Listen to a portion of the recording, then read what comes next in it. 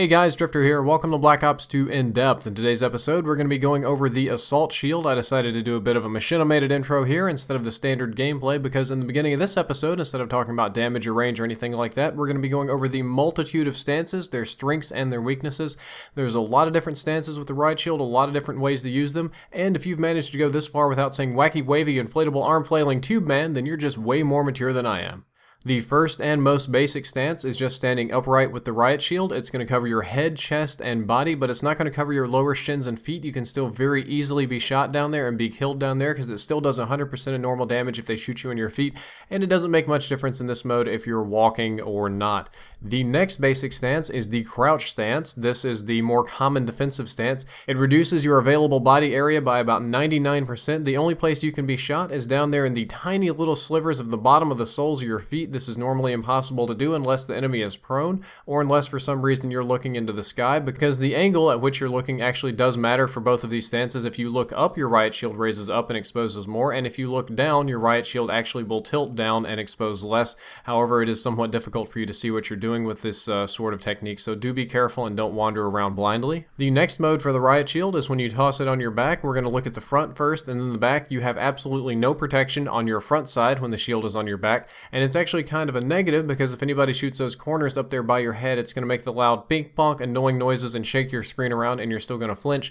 However, when you put the shield on your back is shielded, or your back and head is shielded just barely below the buttock or anus region down there in the leg or the back calf. I don't know exactly what you'd call that in foot, is totally exposed. If you crouch while it's on your back, it protects you more, but it's still not a 100% protection. I do occasionally throw this on my back and run away from enemies, and it does block shots and keep me alive.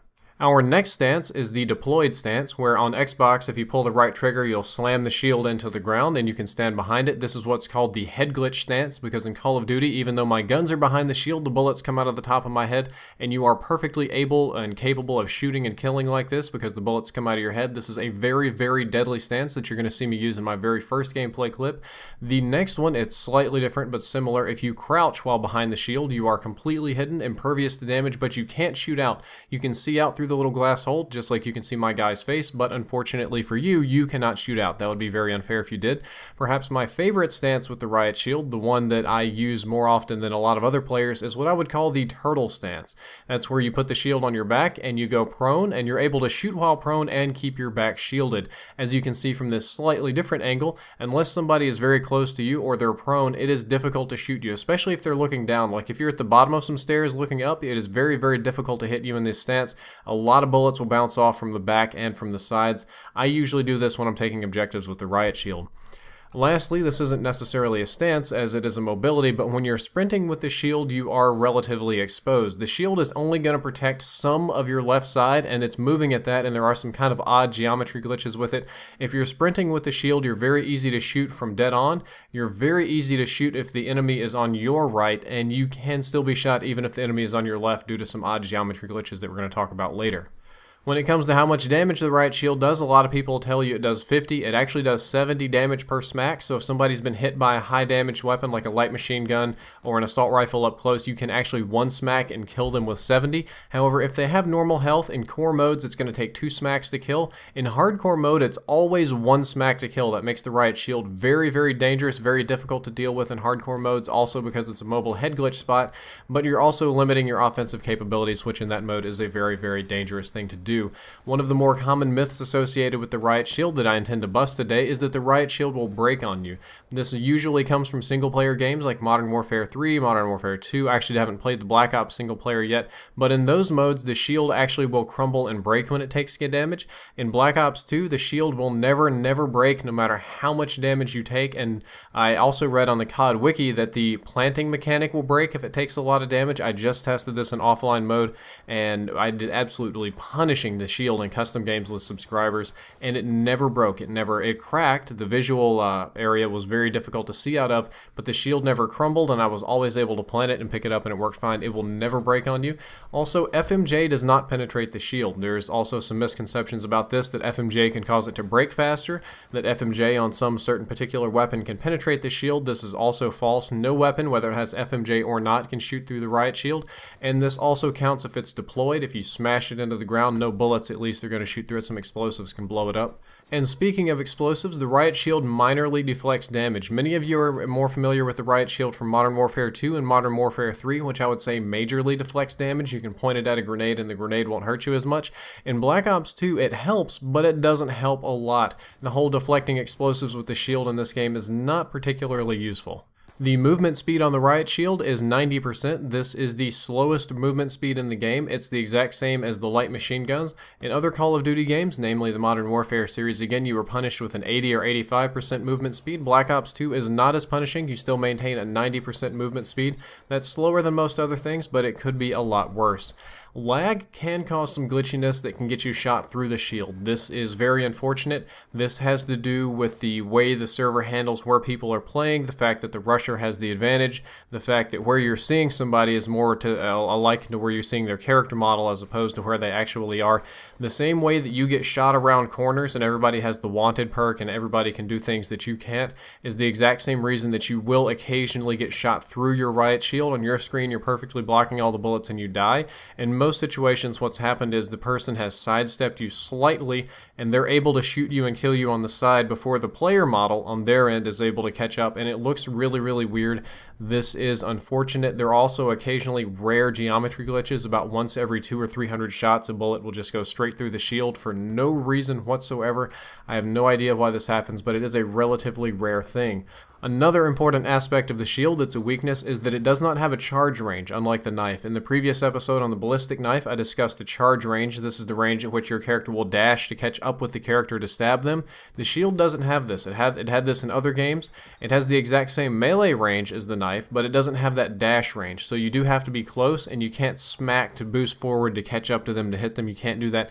No charge range, just remember that you do need to be very close to hit them with the Riot Shield. I normally don't talk about leveling up in in-depth episodes, but I did get a hot tip from a subscriber. It only takes 250 kills to prestige approximately, if you're knocking people off objectives in the game mode. But if you're looking to level up your Riot Shield to put a sweet emblem on it or to rock your clan tag, you're going to have to get about 250 kills with the shield part of this. My recommendation is that you always carry a secondary weapon. I've never had particularly good luck smacking people with the shield unless they were weak or stunned or distracted. Normally when I go to smack and the smacking animation messes up your blocking, they're able to shoot you when you're smacking. They normally gun me to death during my first smack attempt, so I almost always carry a secondary weapon and I draw that when it's useful. What my recommendation is that you harass a player. You keep the shield up, you crouch, you let them unload on you, and once they're reloading because they've burned all their ammunition trying to shoot through your shield because they're expecting you to be an idiot and try to smack them, when they're reloading you very quickly swap to your secondary and gun them down. This tactic will work way more often than you think it will. That is the trick to the Riot Shield.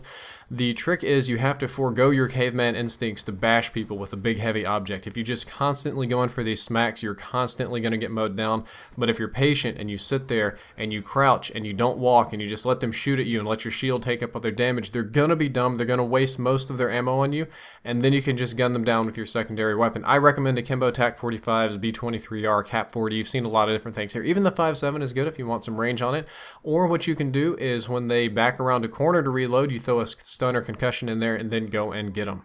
My recommended class for the Riot Shield is definitely an offbeat one, but bear with me here. I'm going to recommend for your Tier 1 perk, it should be Flak Jacket. If you're using the Riot Shield, you're going to be a grenade magnet, you're going to be a bullet magnet, you're going to be the tank of the team if we're thinking in League of Legends terms here. You need to be very tough. Lightweight will definitely help you be faster, but it's more important that you survive your engagements, so you need to run Riot Shield.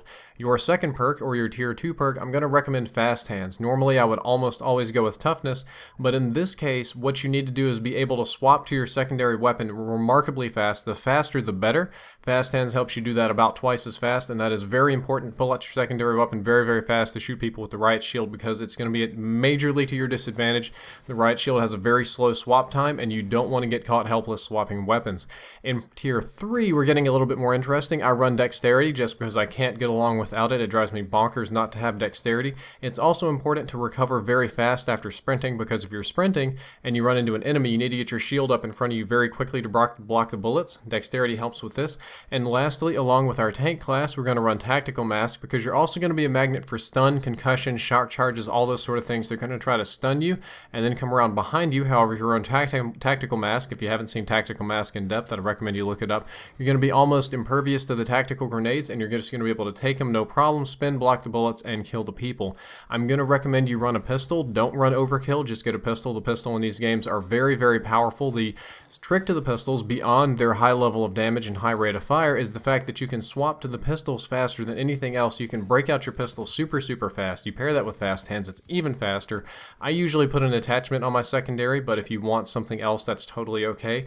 You're going to want to run at least one tactical of your choice, and I recommend running C4. If you're running fast hands, you might as well, because you can throw C4 twice as fast and blow people up. It's a very, very powerful explosive.